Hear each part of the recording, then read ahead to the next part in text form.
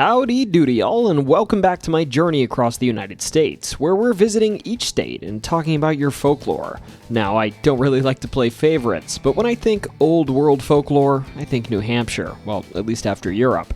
And trust me, y'all didn't disappoint. Now, we're talking about everything today, from one of the most puzzling and well-witnessed UFO cases in the whole USA, to a strange mural proclaiming love for a chicken farmer on the side of the road. You definitely won't want to miss this one. Now, quickly, before we get started, I just wanted to say thanks for stopping by, and let you know that if you want to help my little channel out, all you've got to do is subscribe, like the video, and comment. It'll never cost you a dime, and it's a quick way to say, hey YouTube, this guy's alright. Seriously, I promised like 10 people on a live stream I'd buy us all flights and board to go ghost hunt at the Stanley Hotel if I hit 1 million subs, and I really don't want to let them down, so if you could help me get there, it would mean an awful lot to me and to them, I think. With that being said, come with me today, and let's explore New Hampshire's weird lore.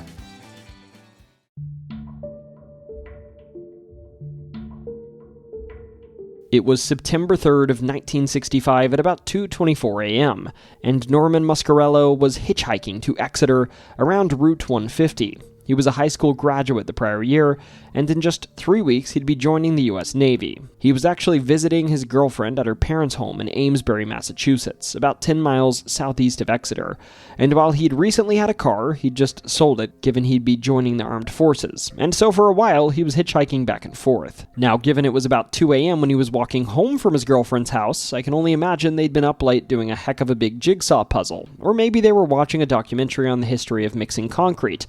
Definitely nothing dirty though.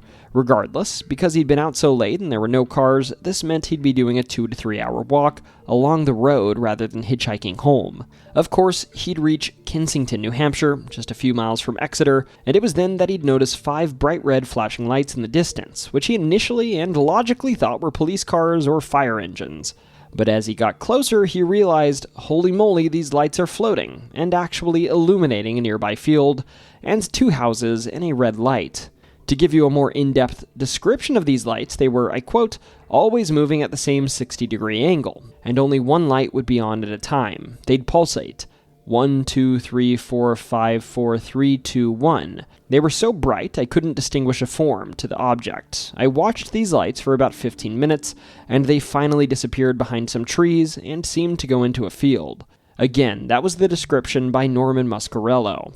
Regarding the homes these lights were flying over, one house was that of the Dining family, who were away, they weren't home, and the other was that of the Russell family, and they were home. Now, Muscarello thought the object, which he referred to in his interview as, I quote, the thing, was 80 or 90 feet in diameter, even bigger than the house it flew over.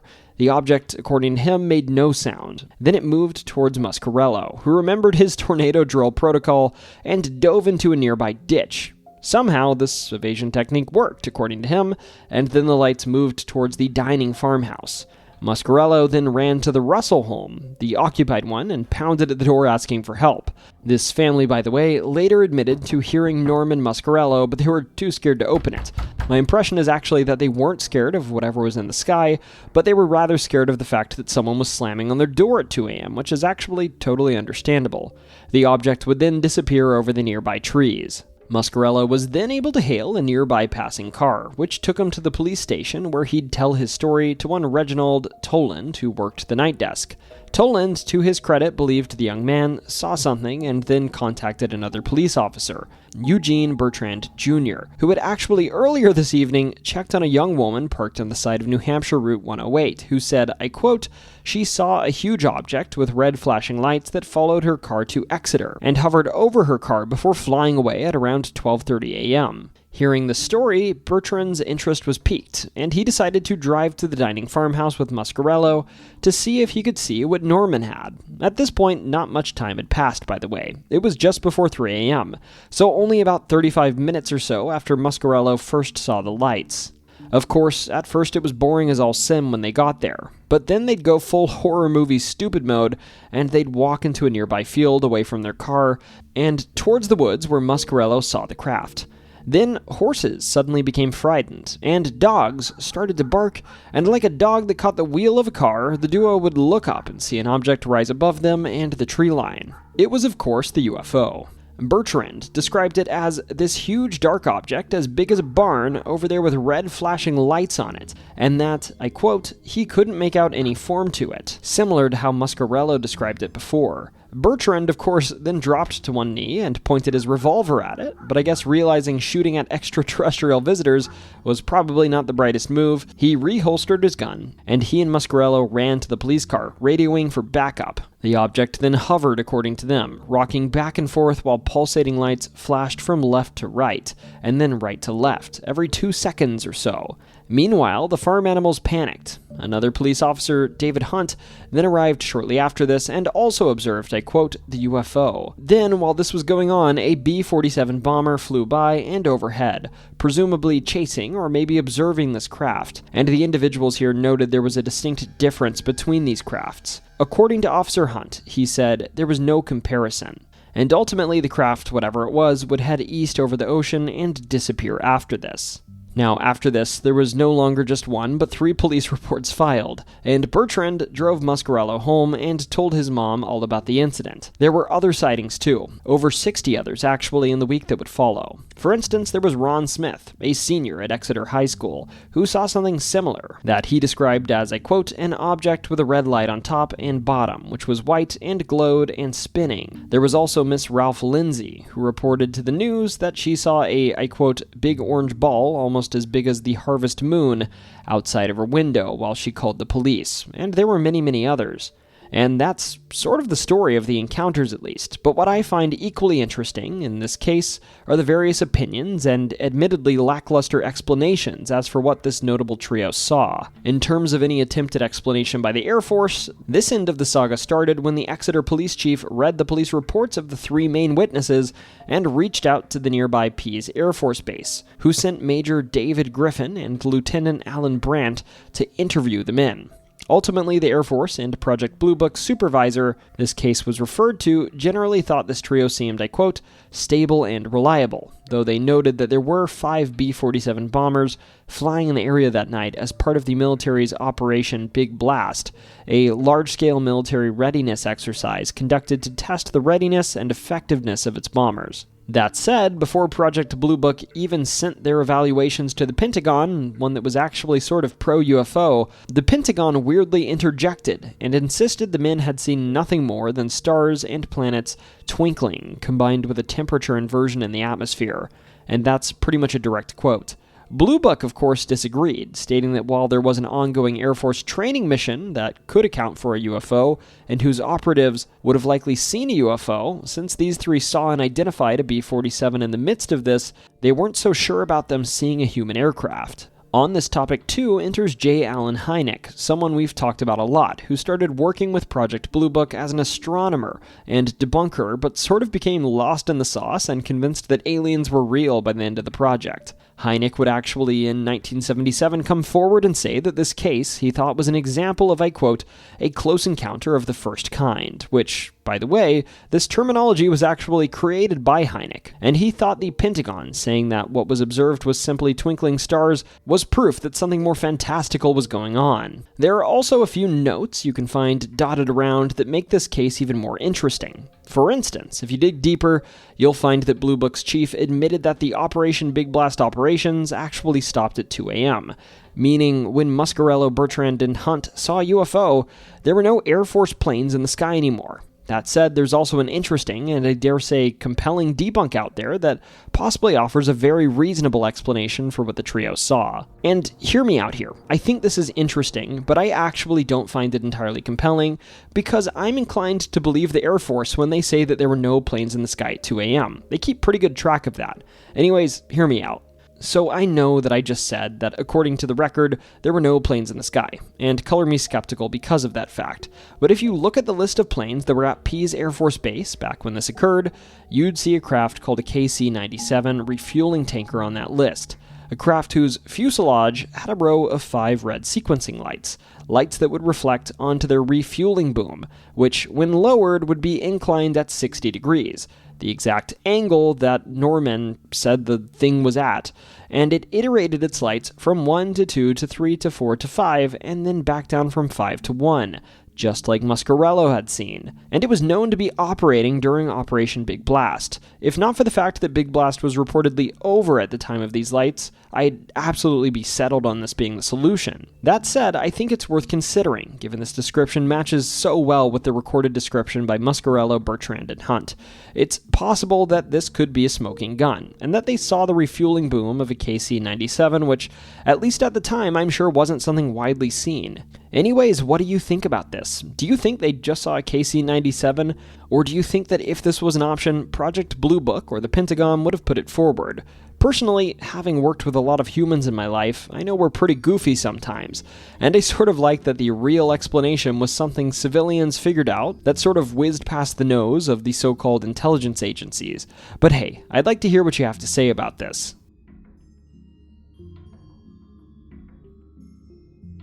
Deerfield, New Hampshire is a small town a bit southeast of Concord, New Hampshire. And I say this with love. It's a small town and it's always sort of been this way. In modern day, it's only home to about 4,900 people, and its Wikipedia page is so humble that it notes that in the late 1800s it was almost significant, but was bypassed by a railroad, which could have really helped its local economy. But today it's most notable for hosting New England's oldest family fair that draws crowds every year. That being said, if you dig deep, and I mean really, really deep, you'll find a historical mystery and kind of conspiracy that could rival any in the USA, and still puzzles modern scientific minds. A mystery known as, I quote, the Deerfield Phenomena, a series of explosions without a source that were documented in New Hampshire in the early to mid-1800s. Now, forgive me for the lack of primary documentation on this, but this event really isn't documented hardly at all, except for in a few sparse writings by one Josiah Butler, someone who in 1836, when this began, was a former judge and member of Congress, but presently he had been the postmaster for Deerfield.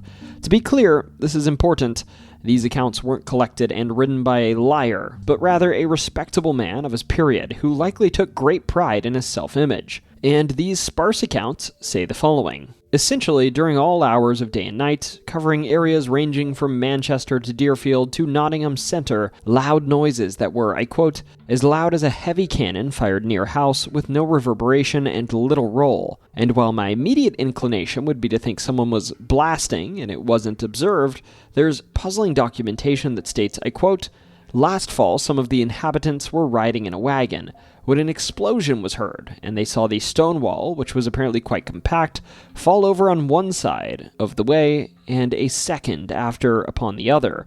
The stone wall of an unfinished cellar also fell in. This can be attested by many witnesses. And I think you see what I'm getting at. At this point, this sounds an awful lot like seismic activity. But the thing is, the only nearby faults to Deerfield haven't moved for over about 100 million years, by the estimate of geologists at least, so this explanation is unlikely. And furthermore, there were no simultaneous events occurring hundreds of miles away that were documented elsewhere, something you'd probably expect from seismic activity. Further, there was a significant noise caused by these so-called explosions, and according to Josiah, this noise was the strongest in the southeastern portion of Deerfield, sort of near South Road, and here the buildings were more impacted by them, swaying and vibrating. Also, let's be clear, Josiah couldn't find any blasting going on in the area, and even if there had been, dynamite was still decades away from being invented at this point, and everything that existed at the time that could make things go boom was nowhere near strong or plentiful enough to rattle a 10-mile area. At its peak, these explosions happened over 10 times a day, and they scared the locals half to death, which is why Josiah submitted these documents in the first place, as he was hoping for some sort of explanation to quell the fear of the Deerfield locals. Sadly, though, he never got this explanation, and these booms, which continued from 1834 to 1846, just kinda stopped in 1846 with no further explanation. They just disappeared overnight, and that was that. So, with that in mind, is there any actual explanation for what these booms might have been? Well, funny enough, our first trace of a hypothesis can be found in Josiah's own writings, where he said, "These are reports of explosions in the ground, apparently of a volcanic or gaseous nature. When first heard, they were attributed to the blasting of rocks in Manchester, a new town some 10 miles distant.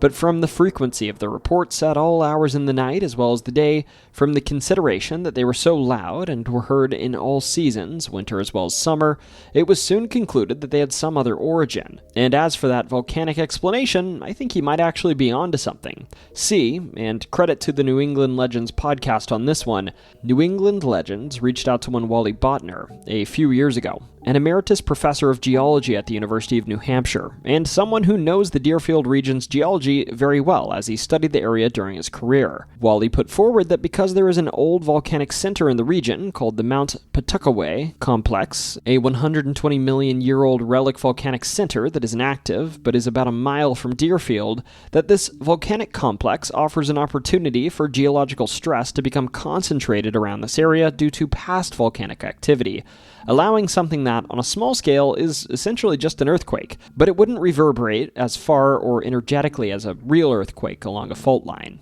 Wally, if you're hearing this, and I butchered this summary, please forgive me. Regardless, in short, it's sort of like a small and hyperlocal tectonic plate. But again, let's keep in mind this is just Wally's theory. It's nothing that was ever published in a journal or proven, but this was by far the most interesting explanation I've heard. Anyways, let me know what you think. Have you actually, maybe heard these explosions before? Maybe you're the only one that's heard them recently. Or maybe you know someone who claims they've still heard them in modern day. Trust me, if someone heard them, some geologist out there would be really interested, so you'd better put it out there. Let me know down below.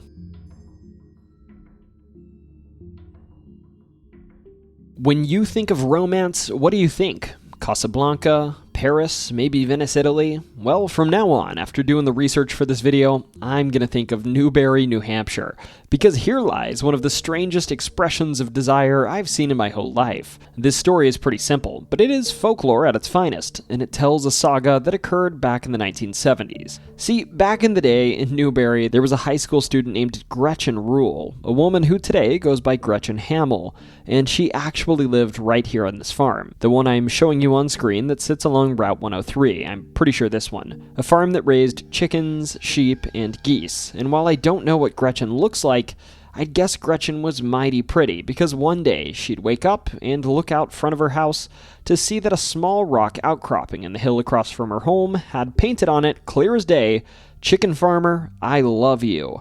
And my impression is she immediately knew that message was written for her, and probably who wrote it. But the thing is, she'd pretty much be the only person who knew these details, and at least in the short term, she kept the rest of the story to herself and didn't do anything about the mural. Thus, a lot of people drive down Route 103, and that means a lot of people saw this strange mural, and that led to a lot of rumors. Scouring forums from before this story was well explained, I saw everything from speculation that a local chicken farmer's wife wrote the message after his death in Vietnam, or that it was a teenage romance gone wrong, which isn't too far off. And there's even a strange story you'll find shared by local news media of someone claiming they wrote the message and that they were romantically involved with a chicken scientist but screwed up by getting hammered and shooting Bigfoot, who was their partner's friend.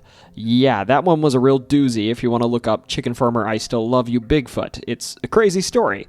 But yeah, the reality I don't think is so crazy. It's a simple, not so dramatic story about teenage love is all, at least according to Gretchen. But the thing is, there is drama in the real world. See, in 1997, someone saw this message and decided it was unsightly. And this Karen, a phrase I don't like to use but I think applies here, got hacked off and reported the mural to the New Hampshire Department of Transportation, who would actually paint over the rock. Also, if you're the person that saw this mural and thought it should be gone after being there over 20 years, how miserable you must be. Do you drive by roadside attractions across the country and see that people can have fun doing things you don't understand? Do you get upset when people pet your dog? You're a monster, darn it. Regardless, the good people of Newbury didn't like this outcome, and they retaliated, painting what is essentially the sequel to the original message, and the message that remains there today. Chicken Farmer, I still love you. And they took steps to ensure that this mural is protected and will remain on this rock, I assume for all eternity. And to this day, too, some mystery individuals maintain the landscape around this rock, and occasionally apply a fresh coat of paint to it, though nobody publicly admits to being this person. I do have to wonder, though, if it's one of the individuals downtown selling t-shirts with this message inscribed upon them. But hey, what do I know? I'm just a YouTuber. Regardless, with this story behind us, there's only one mystery remaining, at least publicly, and that is who wrote the message in the first place. Now, from my understanding, Gretchen knows who it was, and a local newspaper also admitted to figuring out who it was that wrote the message. And I gotta admit, I got curious and did a little bit of digging, and I think I also might have found the name of the man involved. But I'm not in the business of doxing good people that write bold messages on rocks, and in the interest of having this behavior continue, I'll leave the good fella anonymous. As for this mural, though, I now really want one of those dumb t-shirts with the message on it, because Chicken Farmer, or at least Chicken Farmer Mural, I still love you.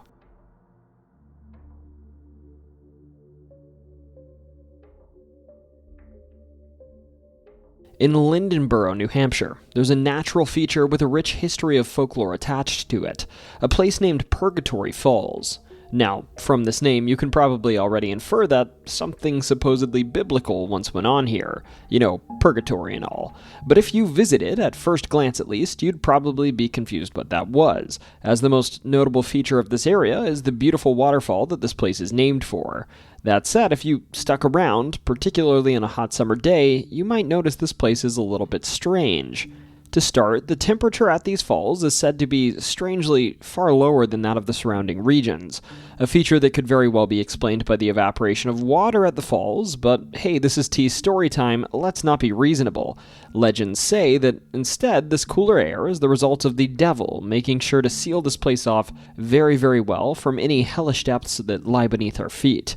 And the evidence of this, well, it's in a strangely foot-shaped depression in a granite stone that sits right near Purgatory Falls. This is the story of an odd feature called the Devil's Beanpot. The date on this folklore is variable, and it depends on who's telling it. There's also a Native American version of the tale and a European version of the tale, but the premise of both stories is pretty much the same. Telling of good, if gullible people getting lost as they traveled through these thick New England woods, with their hungry stomachs leading them to make poor decisions, following someone that meant them harm deep into the woods. In the Native American version of this tale, that would be a guy named Asquithahede, the fire god of the Algonquian people, a trickster and bringer of poor luck in their folklore. And for the Europeans, well, you know exactly who this was. They both, too, revolve around a certain delicacy, the baked bean, a delicious staple food of early America. Now, in the European version of this tale, a group of priests were traveling through these woods from Lindenborough towards Amherst, making remarkably poor time, which led them to get caught in a midday downpour, which further slowed their progress. With night growing near, these cool, wet men resigned themselves to empty stomachs and a night in the wilderness, possibly huddled up together under a tree. These doofuses, they didn't even bring matches. They were pretty much the definition of ill-equipped. But, at least to their eyes, their luck would change when they spied ahead of them a light in the dark. They'd yell at this swaying light and run towards it, begging for help. And, lucky for them, this stranger appeared to be in a charitable mood. Though the man was veiled in a cloak and spoke slowly, he appeared friendly. And in addition to offering to lead them to their destination, he offered them a warm meal. As luck would have it, a few hours ago, he'd begun preparing a pot of baked beans, nestling a pot of dry beans mixed with water, sugar, and even a little bit of pork in between some hot charcoals in a hole that the man had dug. These priests, they thought, were blessed by God in their endeavors, and oh, how they were wrong. They would then, of course, follow this cloaked man through the woods, slipping over the wet, mossy rocks as they did so. But after a short walk, they'd arrive at their destination. And this was their first hint that something might have been strange. To start, they were right next to a roaring waterfall, modern-day Purgatory Falls, a place that normally would be cool, but at this time it was unusually hot, warming them and even kind of drying their clothes. Further, there was no heat source around this pot of baked beans the stranger was digging up. There wasn't charcoal in the hole as they expected. Rather, it was as if the ground itself had warmed the beans. It didn't matter, though. These hungry men still accepted the beans from the cloaked man. But the thing is, as these men ate, it got hotter and hotter, to the point that the ground they sat upon began to sting. Meanwhile, the stranger walked over to a nearby granite rock to sit, but he slipped briefly on a bit of moss. And that's when things went haywire. This stranger, it said, lost his composure when he slipped, suddenly growing in size and letting out a yell that was not like any noise a human could make, before slamming his foot, which the priests noted was the color red, straight into the center of this rock, creating a giant foot-shaped depression in it. This rock, of course, was pliable because it was essentially melting like lava from the confluence of the heat below, which presumably came from hell, and the foot of the devil, who had just exposed himself to these holy men. The men, they say, then immediately dropped those beans they'd been so excited to eat and took to running through the woods. The story goes they were able to run all the way to Amherst, and they were so scared they ran straight through it, and they didn't stop until they were almost to Hollis. As for the devil, well, they say that because of his anger of his plan going awry, he took with him every last bit of warmth from Purgatory Falls, and that the evidence of this lies in the deep pit formed by the devil's foot, which, and this is confusing, is also apparently the pot in which the devil baked his beans. This impression now is referred to as, I quote, the devil's bean pot, and remains a spot where local youth will go to test their bravery, a spot that supposedly is active with unsavory spirits, especially on October nights with full moons. Anyways, let me know down below, have you been to the devil's bean pot, and did you hear this story or experience anything unusual there?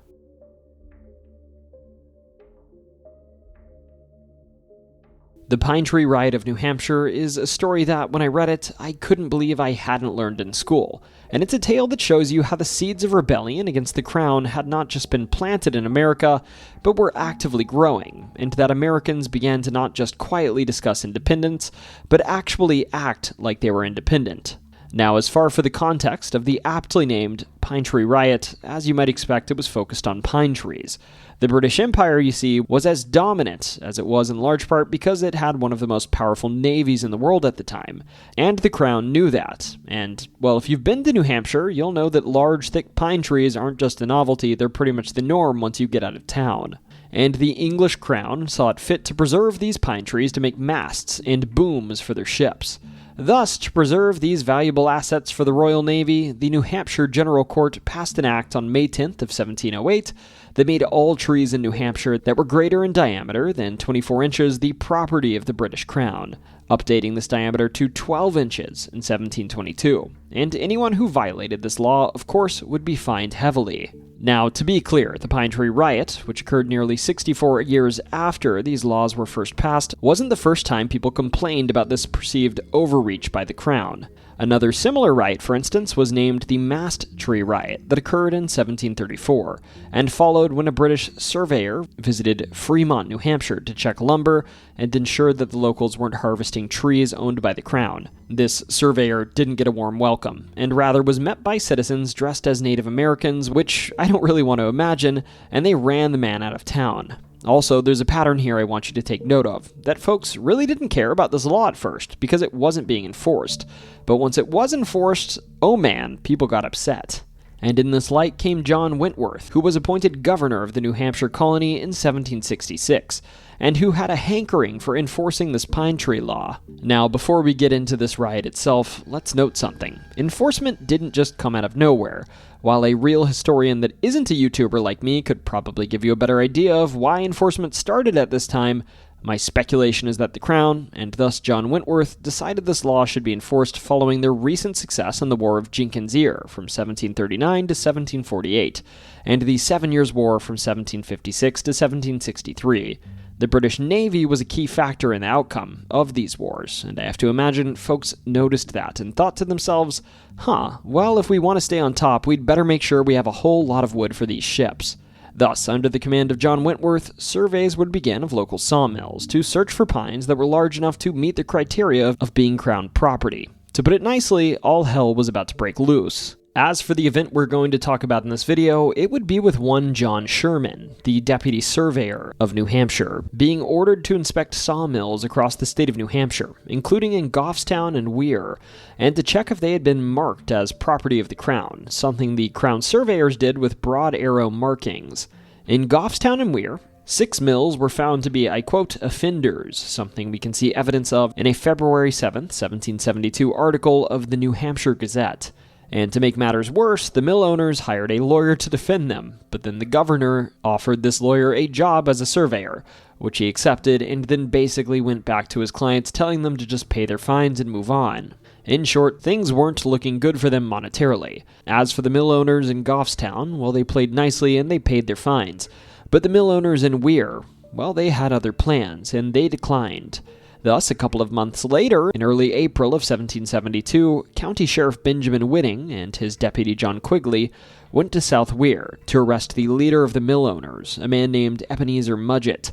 And they did just that, but my impression is Mudgett promised to pay bail, so the sheriff let him go, and that said, I don't think he meant this promise in the slightest. Instead of coming up with bail, that evening, while the sheriff slept in the local town inn, townsfolk gathered at Mudgett's house, and there was some limited discussion of paying bail, but this quickly gave way to a discussion of something far less diplomatic. The decision had been made. Now, I should note, this newly formed angry mob could have been a lot meaner if they wanted to be. They even let Sheriff Whitting get his beauty rest. But right at dawn, Mudgett and about 30 to 40 men, depending on the source, would walk to the Pine Tree Tavern, where the sheriff was staying, with soot all over their faces to disguise their identities, even though I'm pretty sure they were obvious. As for what happened next, let me be clear, it was brutal, and as such I'm going to spare a lot of the details, as they're not really YouTube friendly. But as for what I can say, this mob would first burst into the tavern, and then into the sheriff's room, and then they'd hold him down on the ground, and they'd whack him with tree switches over and over. Meanwhile, the deputy was getting the same treatment in his own room. They'd screw with the men's horses, not going to go into what they did, and then they took the sheriff's firearm, slapped him on his horse, and told him to get out of town. After this thorough beating, the sheriff and his deputy rode out of town while the townsfolk apparently shouted and cheered at the side of the road, and according to some reports, they actually hit the duo with switches as they rode off back towards their home in Goffstown. As for the aftermath, well, the so-called Pine Tree rioters were punished fairly minimally. Soldiers were sent to Weir, and one of the men was eventually caught, ratting out the rest. And while 8 men were charged with rioting, disturbing the peace, and, I quote, making an assault upon the body of Benjamin Whitting, they were only fined 20 shillings, and ordered to pay for court costs. More impactful, though, is that this riot is noted as one of the first times that colonists fought back against the British Crown. And further, they were hardly punished for this act, which emboldened them. My impression is this gave colonists confidence, and inspired the creation of the Pine Tree flag, which symbolized liberty and resistance, and was embraced by American colonists as a call for natural rights and self-governance, ideas rooted in John Locke's philosophy that government derives its power from the consent of the governed. Further, and perhaps more impactful, many think that it's this riot that helped to inspire the later actions of the Sons of Liberty in Boston, who would, about a year later, decide to toss a whole bunch of tea into the Boston Harbor.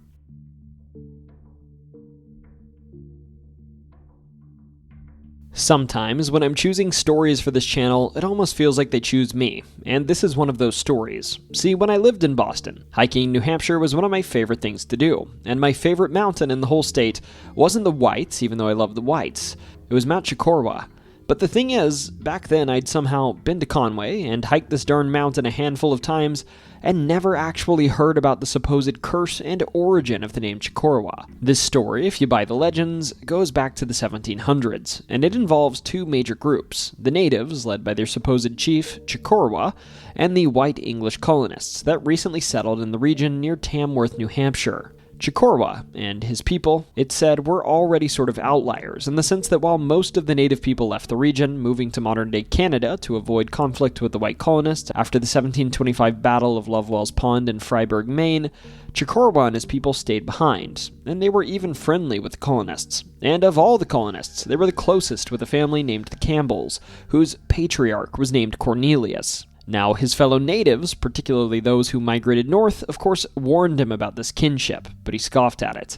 That is, until one day, when he'd be away on tribal business, and he'd approach Cornelius Campbell to see if he'd watch his son, Toowoomba. And Cornelius, of course, was happy to watch him. But that being said, they didn't keep a close eye on little Toowoomba. Toowoomba, the legend says, was a curious kid, and while he stayed with the Campbells, he went through their kitchen, and then their shed, and in their shed he found a tonic that smelled sweet, so of course he took a drink. But this sweet tonic was not for human consumption, but it was rather a bottle of poison that the Campbells planned to feed to foxes in the area that were eating their chickens.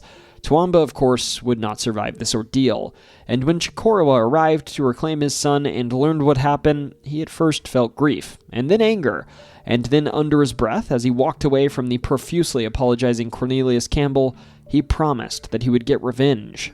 Thus, the legend goes that the next time Cornelius left his home for days, Chocorua would return the favor, and when Cornelius arrived home, mirroring what Chocorua experienced, Cornelius would find his family, his wife and kids, gone as well. He, of course, immediately knew what occurred, and he knew where to find Chocorua, who tried to flee once he realized he was being chased. It said that Cornelius would follow Chocorua all the way to the top of the mountain that we know today as Mount Chocorua. And when they got there, standing at the mountain's highest peak, Chocorua would thrust his hands in the air and say, "A curse upon ye, white man! May the Great Spirit curse ye when he speaks in the clouds, and his words are fire. Chocorua had a son, and ye killed him, while the sky looked bright. Lightning blast your crops, wind and fire destroy your dwellings. The evil spirit breathed death upon your cattle. Your graves lie in the warpath of the Indians. Panthers howl, and wolves fatten over your bones. Chocorua goes to the Great Spirit. His curse stays with the white man," before leaping from the peak. Now at this point, I should be clear, this legend does vary a bit. But from what I've read, every single version shares Toowoomba's demise, Chocorua's fall at the top of the mountain, and of course, the curse that followed. A curse that, let's be realistic, has some credence to it. See, in the late to mid-1700s, really bad things did happen around Mount Chocorua. The remaining native people in the region really did aggress on white settlers, and there were also less far easily explained things. Severe storms toppled trees upon homes of white settlers, and there were famines, weather patterns changed, and crops refused to grow for many seasons. And most notably, livestock in the region grew ill, and they were preyed upon by bears and wolves more frequently.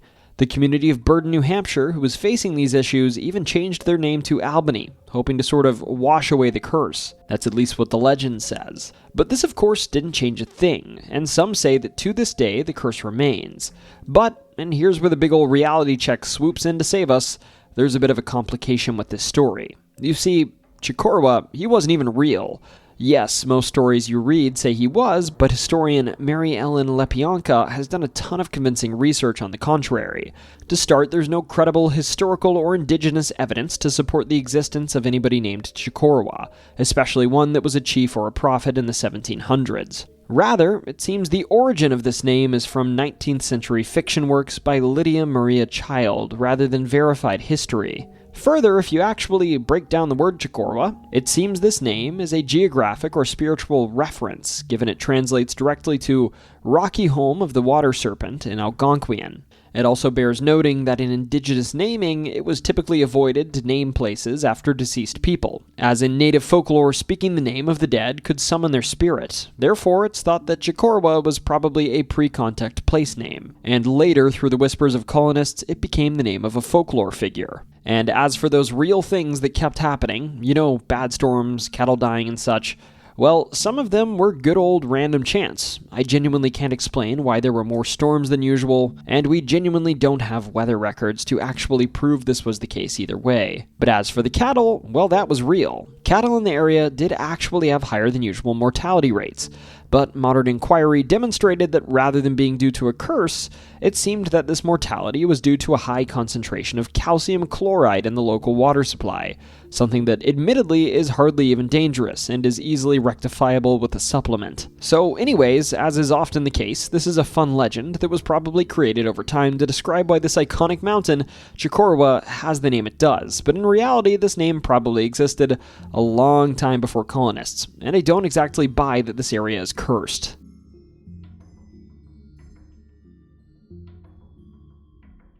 In the most recent Rhode Island video, I mentioned I thought I might be on a spike kick.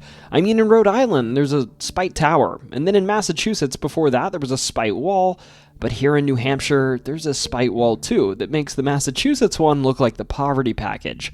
Rather than being a simple wall that's tens of feet long and a little bit high, built by a farmer tossing rocks on a pile over time to prevent his goody two-shoes neighbor from watching him work on Sundays, this wall has a more poetic story attached, one of a man who sought help and didn't receive it, and thus, just like Chocorua in the last story, sought revenge. This story harks back to a man born in 1802 named Isaac Adams. Isaac, you see, grew up in Sandwich, and as an adolescent, he worked as a printer's apprentice. At one point, though, he realized that if he wanted to make something of himself and make a lot of money, the best thing he could do was move somewhere with more opportunity, and this man set his sights on Boston. But Isaac, you see, he didn't have any money. He couldn't buy his way to Boston without help. Thus, Isaac went neighbor to neighbor, and he'd beg for money to buy a stagecoach ride to Boston. The thing is, though, his neighbors weren't charitable. They refused to spare him a penny, one after the other. And Isaac, the legend says, took this personally, and thus he made a vow to return to Sandwich, his home, and not just be the richest man in town, but actually to, I quote, buy the whole town. With that prophetic message in place, Isaac found his own way to Boston. And, well, I hate to say it, Sandwich residents of old, Isaac would make good on his promises. Isaac wasn't just successful, he was a generational talent, inventing a piece of technology few have heard of today, but that revolutionized printing in this era, something called the Adams steam press, a technology that would dominate the printing world for the rest of the century, and thus he'd earn a fortune. That being said, in 1861, Isaac would return to New Hampshire, and even after all those years, he remembered his promise. Contrary to popular belief, I guess sometimes the real treasure is the friends you don't make along the way, and thus he bought up many of the small farms in the town of Sandwich, knocking down their structures and hiring over 100 laborers, who he paid handsomely to build him a massive wall stretching over a mile in distance, and a mansion atop the nearby Wentworth Hill, which was constructed from bits and pieces of the demolished buildings on the properties he purchased, featuring a windmill, stables, gardens, and even a bowling alley, which I didn't know existed back then. What do you know? The 1-mile wall, comprised of locally quarried granite, was completed in 1875. Now, along this wall there were a few statues, but along its most prominent public-facing portion, there was a statue that was purposefully symbolic of this entire ordeal, one of Niobe of Greek mythology. If you're not familiar with this, the full story is that Niobe was the queen of the city of Thebes in central Greece. She had 7 sons and 7 daughters, and she was so proud of them, so proud that it got her in trouble. See, Niobe, on the feast day of the god Leto, would mock Leto, thinking she was actually more rich and powerful than this actual god, and 7 times more blessed because she had 14 children and Leto only had 2, Apollo and Diana. Leto, of course, showed her what power really meant, and thus his children, the sun god Apollo and the moon goddess Diana, rained down arrows, actually killing Niobe's children before transforming Niobe herself into a statue that would weep perpetual tears. To the townsfolk, the message was clear here. They were Niobe, and Isaac was Leto, and thus upon these walls there was of course a Niobe statue, but also elsewhere on the walls, away from public view, there were statues of Apollo and Diana. Now, Isaac Adams would die in 1883, but his insult would live on till 1941, when a hurricane actually knocked poor Niobe's statue off of her pedestal, shattering her to 150 pieces. Pieces that, possibly due to the town's hatred for them, remained lost for half a century. That is, until a local in 2005 named Boone Porter found the pieces of Niobe fittingly buried under a pile of manure, which feels pretty purposeful. That said, putting these pieces together would be an ordeal, and Boone would approach a number of local metal workers who declined to reassemble the statue. That is, until a man named Adam Nudd Homeyer moved in near him, a man who happened to be a metal artisan who had recently moved to Sandwich. My impression is that he was taking a tour of Boone's property when he came across the pieces of the statue, and took it upon himself to offer to restore it, doing so in magnificent fashion and restoring the statue to close to its original state, actually unveiling Niobe again at Sandwich's 250th anniversary in 2012. So anyways, that's the story of Sandwich, New Hampshire's Spite Wall. Let me know down below if you know any other spite-fueled landmarks wherever you are. This whole hatred for thy neighbor thing is becoming a bit of a theme.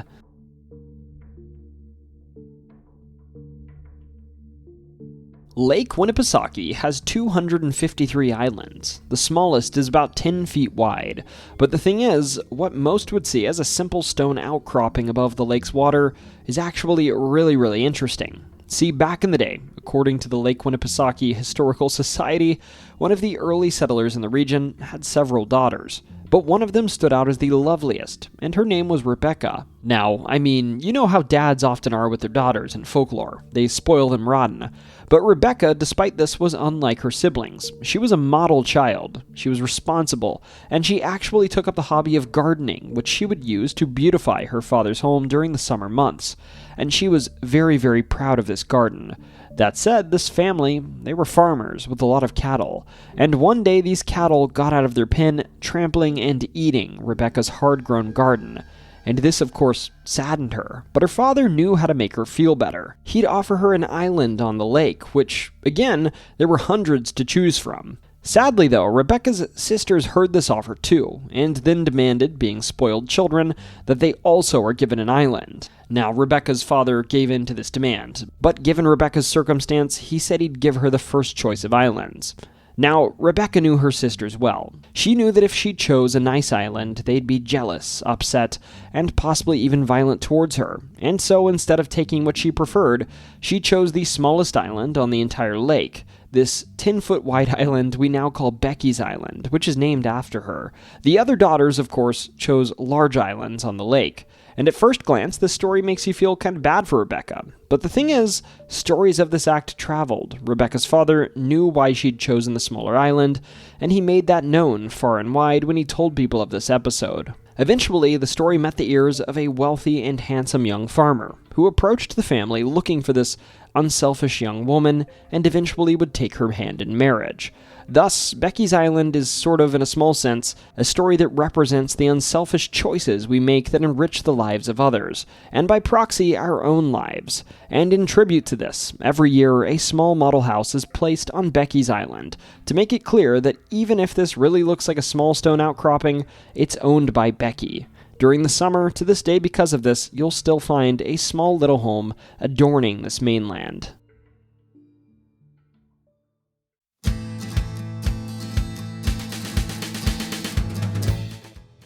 New Hampshire. It's been great seeing y'all again. From chicken farmer love to walls filled with hate. It's good to see you're still living the old live free or die way. As always though, if you had fun here, your subscription, a comment, and a like would mean an awful lot, and it'll never cost you a dime. It's just a quick way to tell YouTube, hey, this guy's alright.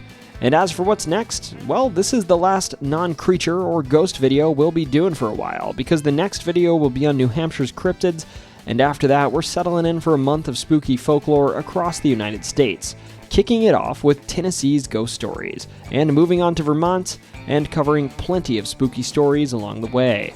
With that in mind, again, thank you all for watching, and whether you just saw a UFO hovering above you at a 60-degree angle, or if you woke up only to look outside and see a mural proclaiming love for you, don't you ever forget, it's always story time.